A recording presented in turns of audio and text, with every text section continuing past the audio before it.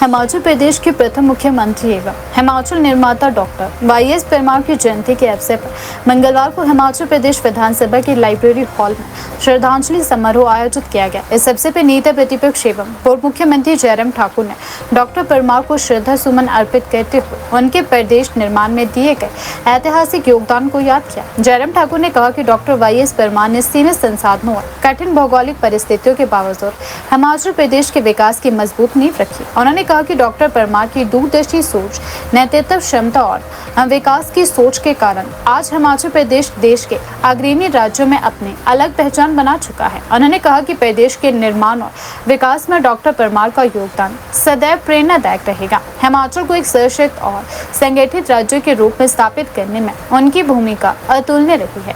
आज भी उनके द्वारा अपनाए गए विकास के सिद्धांत प्रदेश की प्रगति का मार्ग प्रशस्त कर रहे हैं।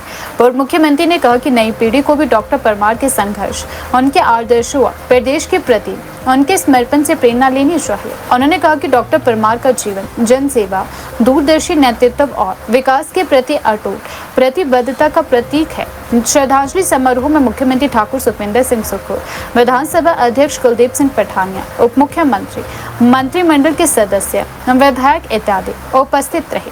सभी ने डॉक्टर वाईएस परमार के चित्र पर पुष्पांजलि अर्पित कर उन्हें भावभीनी श्रद्धांजलि दी और हिमाचल प्रदेश के निर्माण एवं विकास में उनके अमूल्य योगदान को स्मरण किया। लेकिन मेरा ये मानना है कि आगे बढ़ना सबके लिए आवश्यक है, लेकिन उतना ही आवश्यक पीछे मुड़ करके अतीत को भी जानना, याद रखना, ये भी मुझे लगता है कि हम सब लोगों को अपने जीवन का हिस्सा बनाना चाहिए। हम कहां थे, कहां से चले, आज हम कहां पहुंचे, इस बीच में कौन कौन से ऐसे पड़ाव थे जिन पड़ाव को पार करते हुए आज के इस मुकाम को हमने हासिल किया है। मैं जिक्र प्रदेश का कर रहा हूं, हिमाचल प्रदेश का किसी व्यक्ति विशेष का नहीं। और ऐसे में मुझे लगता है कि बहुत आवश्यक है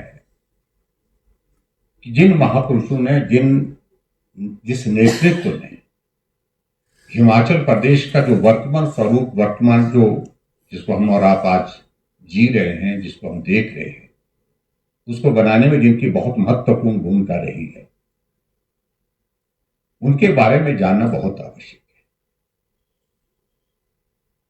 और हिमाचल निर्माता डॉक्टर यशवंत सिंह परमार जी के जीवन से मुझे लगता है कि आज की इस पीढ़ी को कितनी जानकारी है, कितनी नहीं है, ये विषय पर मैं जाना नहीं चाहता, लेकिन मैं समझता हूं कि हम सबका एक नैतिक दायित्व है कि ऐसे जीवन को जिन्होंने हिमाचल प्रदेश हमारे समक्ष वर्तमान स्वरूप में दिया है, उसको जानने का प्रयत्न हमको तो करना ही चाहिए, लेकिन हमारी नई पीढ़ी, नई जनरेशन को भी करना चाहिए।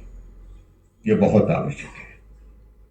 और उस दृष्टि से डॉक्टर यशवंत सिंह परमार जी ने जो हिमाचल प्रदेश के लिए जो संघर्ष किया, पहाड़ी राज्य की समस्याएं अलग हैं, यहाँ की जीवन की परिस्थितियां अलग हैं, यहाँ जलवायु की परिस्थितियां वो भी अलग हैं। इसलिए हिमाचल पहाड़ी राज्य के रूप में, पूर्ण राज्य के रूप में अस्तित्व में आना चाहिए। उसके लिए उन्होंने संघर्ष किया, उसके लिए उन्होंने परिश्रम किया, आखिरकार उसमें वो सफल हुए।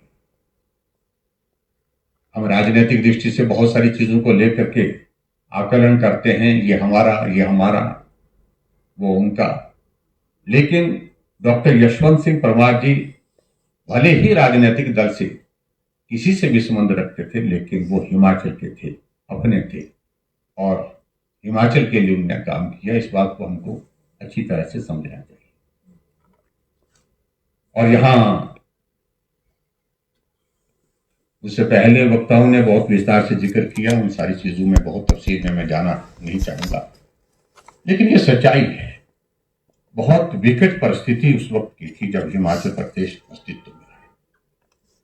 मुख्यमंत्री बने डॉक्टर वाईएस परमार, और उसके पश्चात जैसा कहा गया यहाँ पर कि 1956 में फिर राज्य से फिर टेरिटरी काउंसिल के रूप में, और टेरिटरी काउंसिल के चेयरमैन के नाते उनको ऑफर किया गया था कि आप ही चेयरमैन बनेंगे, लेकिन उनको लगा कि मैं प्रदेश का मुख्यमंत्री रहा हूं